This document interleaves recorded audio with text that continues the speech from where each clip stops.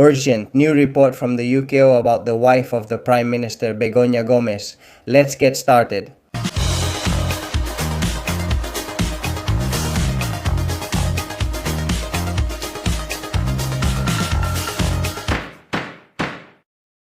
Hello everyone and welcome to a new edition of Medidas Cautelares. Urgent edition because one of the issues we had been waiting for in recent days, in the last few hours, we have now learned about. A new report from the Central Operational Unit of the Civil Guard, the famous UCO, no less than against Begoña Gómez, the wife of the Prime Minister, in relation to the chair of competitive social transformation at the Complutense University of Madrid, which she herself taught. We have the UCO report and we're going to share it on screen so you can't miss this video. By the way, thank you all so much because we've already surpassed 130,000 subscribers on Medidas Cautelares and we're on our way to 150,000. So for those of you who haven't done it yet, remember to give it a click and subscribe to the channel. And we're putting it on screen now, fresh out of the oven, this report from the Central Operational Unit of the Civil Guard. Let's enlarge it so you can see it. General Directorate of the Civil Guard, Judicial Police, Central Operational Unit, Economic Crime, Group 3, Report number 86/2026. Analysis report on the facts reported regarding the extraordinary chair of competitive social transformation at the Complutense University of Madrid and the Transforma TSC platform. What is competitive social transformation? Because she taught a chair at the Complutense, Begoña Gómez, and also designed a platform to attract clients and then pocket the cash. The date of this report, since it was delivered by the UCO on May 21, 2026, that is last week, to the investigation section of the Madrid Court of First Instance, Room 41. You already know, Madrid's investigating court number 41. That's it, because this absurd talk that the Minister of Justice, Felix Bolaños, made us listen to is only good for confusing and complicating things. What has always been Madrid Investigating Court number 41 of Juan Carlos Peinado, Preliminary Proceedings, 1146/2024. And the first thing I have to tell you is that it's a very extensive, very technical report. In fact, we're talking about, well, a lot of pages. It also includes annexes, and we're going to go directly to what I consider one of the most important issues, which we find on page 113 of the report. And it's precisely the part of the UCO report that refers to the direct involvement of Begoña Gómez in irregular procurement. Attention, from Deloitte, okay? Specifically in relation to this chair of competitive social transformation that she headed at Complutense. Let's read what the UCO says. It says, taking into account the conditions of the contracts awarded to Deloitte, I remind you a small public contract of 18,000 euros and another of 60,000 euros, a total of 78,000 euros to Deloitte. The UCO says, as well as the development process of the platform that emerges from the analyzed communications.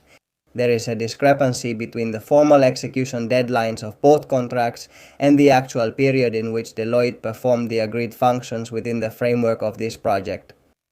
In summary, there is a continued provision of advisory and support functions for the project office. From the initial contacts held prior to the invitation to submit a bid for the small public contract, in which a general development by Deloitte was already anticipated, as can be seen from the milestones summarized below. Here then, the UCO establishes a series of timelines of chronological events, okay? Precisely about those awards to Deloitte related to the Begoña Gómez chair, and we continue. The UCO says, ultimately, the actual performance of the tasks assigned to Deloitte is completely inconsistent with the formal execution deadlines of the awarded contracts. What stands out in particular first is that the work started and was integrated into the development team before the contract was formally awarded. Second, the uninterrupted continuation of these tasks even after the execution period of the minor contract had ended, even after the service had already been invoiced, without the simplified open procedure having even been published. Third, the apparent cessation of the tasks previously assigned to Deloitte, even after the announcement, awarding, formalization, and start of the execution period of the simplified open procedure. This is evident from the absence of milestones after July 2023 involving Deloitte, which had been common until then. And fourth, and finally, the invoicing and payment within the framework of the simplified open procedure, bringing forward the completion of the execution compared to the stipulated deadline. Despite there being pending tasks that were part of the contract's purpose, such as supporting SMEs in the registration process, which ultimately was not carried out. Let's explain it because I know it's a bit of a technical issue. The legal aspect of the contracts is basically that Complutense hired Deloitte to develop a platform related to the Begoña Gómez Chair of Competitive Social Transformation. They were awarded two contracts, one for 60,000 and another for 18,000 euros, totaling 78,000 euros. And the UCO has found various irregularities in this hiring of Deloitte to develop that tool for Begoña Gómez's chair, and in fact, it points directly to Begoña Gómez and her advisor at Moncloa, Cristina Álvarez. Let's read this part of the report. Cristina Álvarez, it says, was aware of the content of Deloitte's proposal to the chair before the minor contract was processed. That is, before the hiring, she already knew about it. On the other hand, she was involved in the administrative management necessary to justify the invoicing related to the simplified open procedure. Since at that time, December 2023, Blanca de Juan had already ended her professional ties with Complutense. Additionally, she was aware of the continued provision of services by Deloitte after the expiration of the minor contract's execution period and until June 27, 2023. Attention! Begoña Gómez, as head of the chair and the main driving force behind the project, was directly involved in decisions made before the administrative processing began of the minor contract regarding the conditions on which the services to be provided by Deloitte would be based. That is, it's practically saying that it was half-rigged by Begoña Gómez, basically. Furthermore, it says the UCO was aware that the consulting firm had started performing those functions before the processing of the minor contract. On the other hand, she is involved in omitting from the addendum to be formalized the actual agreement reached with Deloitte. It is also striking that both files were governed by those conditions agreed upon in advance. In that regard, among the administrative steps she handled directly, the signing of the justification report and the approval of the invoice related to the minor contract stand out, as well as the signing of the technical specifications document for the simplified open procedure in accordance with the conditions agreed upon in advance. In any case, the UCO concludes that, despite José Manuel Ruano giving approval to the invoice related to the simplified open procedure, Begoña Gómez is aware of the procedures carried out to justify this invoicing. All of this being aware of the real scope of the services provided by Deloitte and especially of their continuation. Beyond the end of the execution period of the minor contract until June 27, 2023, So, Begoña Gómez, the truth is that she's in trouble. When we learned about this UCO report, some pro-government media outlets like Cadena Ser tried to suggest that it was practically exonerating Begoña Gómez. Nothing more, nothing less. It should be said that the head of the Madrid Investigating Court number 41, Juan Carlos Peinado, has already indicted Begoña Gómez, and we are waiting for the Madrid Provincial Court to confirm that decision for 4 crimes.